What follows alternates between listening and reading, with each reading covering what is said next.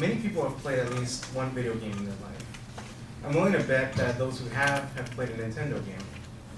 Nintendo has had a big impact on the gaming industry thanks to their innovative ideas and visionaries working with the company. One of these visionaries being Satoru Iwata. In this speech, I would like to speak to you about his life and accomplishments. I've been passionate about gaming since a very young age. As I grew older, I came to appreciate those who made these amazing experiences. I've done extensive research on Mr. Iwata, so I may accurately describe to you how much impact he left on Nintendo and the gaming community as a whole. Satoru Iwata was born on December 6, 1959 in Sapporo, Japan. During his time in middle school, Iwata became interested in computers and games. He began developing simple games during his junior year of high school in 1975. He later majored in computer science at the Tokyo Institute of Technology in April of 1978.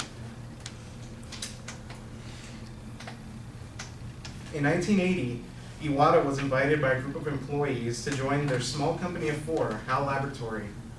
He worked for HAL as a programmer part-time while attending university and later joined full-time after graduating in 1982.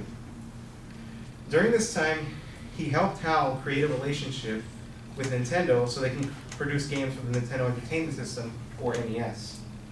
Some of the games he programmed were Balloon Fight, Earthbound, and Kirby's Dream Land.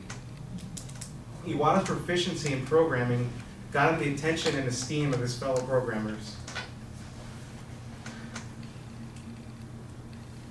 HAL was close to bankruptcy in 1993, but Nintendo's then president, Hiroshi Yamauchi, promised to support HAL under the condition that Iwata became president of the company. In 1999, Iwata assisted in the development of Pokemon Gold and Silver, and alongside Masahiro Sakurai, they created the Super Smash Bros. Series. In 2000, after HAL's financial issues had been settled thanks to the efforts of Satoru Iwata, Hiroshi Yamauchi had offered him a position over at Nintendo. During this time, Nintendo's console at the time, the GameCube, was not selling too well. As a result, Nintendo was selling it at a loss. In 2002, when Hiroshi Yamauchi decided to retire, he appointed Iwata to become the new president of Nintendo after he saw how he handled HAL's financial issues. During Iwata's presidency, Nintendo was revitalized.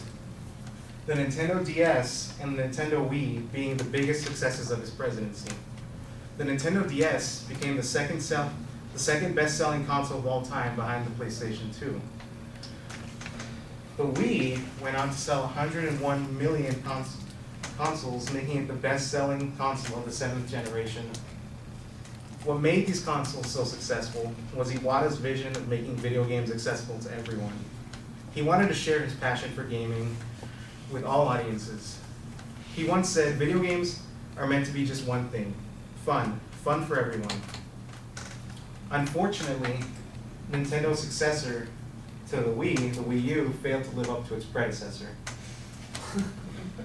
Due to poor marketing and lack of third-party support, the Wii U has only sold approximately 10 million consoles since its launch 3 years ago. As a result, Nintendo saw their first operating loss in 27 years in 2011. To avoid layoffs, Iwata cut his pay twice during the remainder of his presidency. Sadly, Satoru Iwata passed away on July 11, 2015 at the age of 55 after complication from a bile duct tumor. Mr. Iwata left behind a legacy after his passing, and I would like to talk to you about some of his accomplishments and influence on the gaming community. Satoru Iwata was an amazing programmer. There are many stories of his uncanny programming abilities. For example, he single-handedly coded the game Earthbound for the Super Nintendo. The game's code was a complete mess before Iwata fixed it. Many say that he basically saved the project, as he reportedly cut off 2 years of development by fixing the code. Not only that, but when Pokemon Gold and Silver first came out on the Game Boy, he was able to compress the map of the entire first game and fit it onto the tiny 1 megabyte cartridge of the Game Boy. Another contribution he made to the Pokemon series was porting the entire battle system of the first Pokemon games, Pokemon Red and Blue, to Pokemon Stadium for the Nintendo 64 without the original code. He did all this while he was the president of HAL and still had his responsibilities of being president.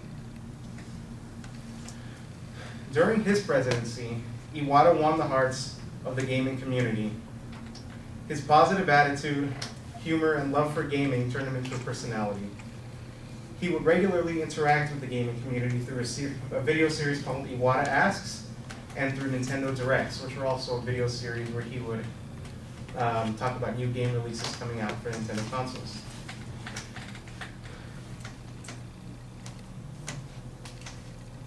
Here I would like to show you an example of some of the things that Iwata liked to do to interact with the community and have fun with the gamers. This is a video that came out for an announcement for the Super Smash Bros. Game.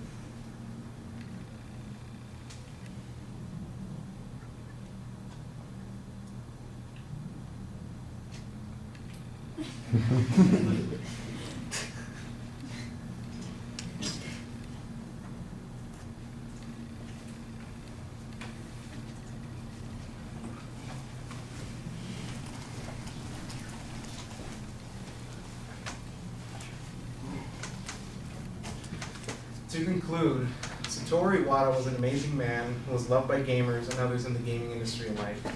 He truly had a passion for gaming and what he did and wanted to share it with everyone. Nobody will ever forget all he did for Nintendo and the gaming community as a whole. On behalf of gamers everywhere, thank you, Mr. Iwata. We will miss you.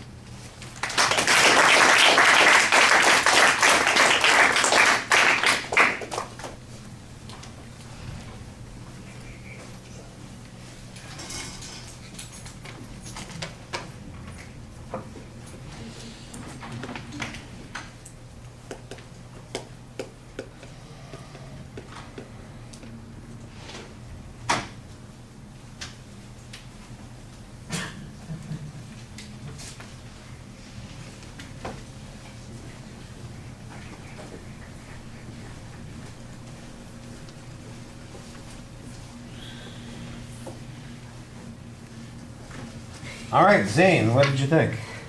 I think this speech was really well done.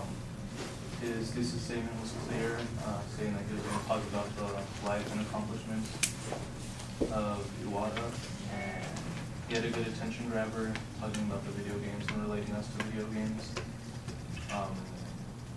He had good supporting details about his history, and he had a good transition into his accomplishments. The visual aids were used well. He pointed at them and made reference to them. The video clip was cool, but it would have been better if the sound was playing with the video clip. And then he had a pretty strong conclusion. So, I think it was Okay.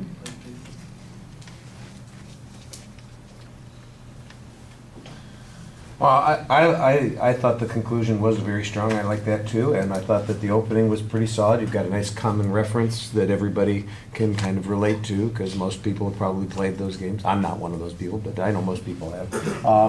And I thought that you did an excellent job identifying what the goal of the speech was. That was very clearly addressed. It's mostly chronological in structure, so that makes sense. It's kind of biographical presentation that you're talking about. I thought that you gave just the right amount of information on background on him instead of getting caught up in minutia about his growing up and that sort of thing. You gave the kind of stuff that's relevant to what was important about who he was and how he influenced the industry that he's so important to. So I thought you did a good job on that. Some of the games that you mentioned, I've got to admit, maybe everybody else will have the common references on those sorts of things, but you mentioned some games on 2 or 3 different slides, and I'm wondering, oh well, how important was that? Is that a game that was the like the thing when people first played these kinds of games? Why? I mean, I've heard the name Pokemon, but you've got 2 different versions of the game, and I'm going, well, what's the difference between the 2? Why were they significant and important? How significant were they to the company that he's working for? That kind of thing. Maybe a little bit more information that's directed about the impact that he had on the gaming. I mean, I know he was a part of that process. He did the coding and those kinds of things, but why was it so much better than what other people were doing? What was innovative about it? How did it help the game succeed? Some of those things. There are a couple places where you talked about how they, people could map out things or see the big picture or something like that.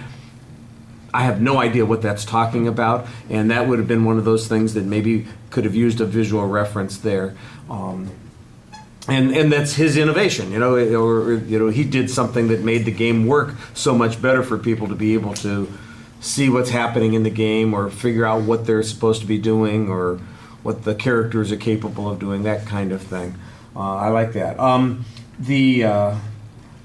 I think I could have enjoyed seeing a clip of him speaking in one of those talks that you were mentioned. Iwata asks, I guess, is the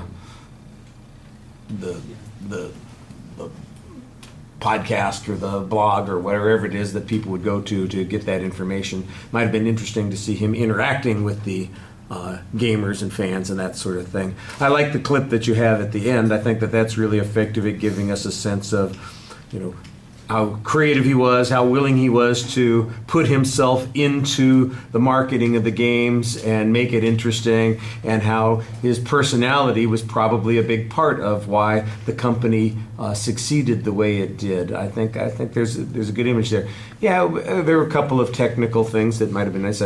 Somebody took the initiative to turn the lights off. I thought that was a good on their part, and then maybe the sound would have made a difference. Although, the sound thing, I don't know how important it was. It might have made it more dramatic and interesting, but the visual I thought was plenty interesting. So, and it accomplished what you were trying to talk about. So I thought that worked well. Your delivery is very solid in the presentation. I think a little more rehearsal wouldn't hurt, but you do a good job talking to us for the most part, and I think we can hear that you are enthusiastic and care about this subject at the end. I thought it was poignant at the end when you talked about, saying goodbye to him and, that kind of thing. That's a good personal touch that makes us care about what we're listening to, and I thought you did a nice job with that too. All right, thank you.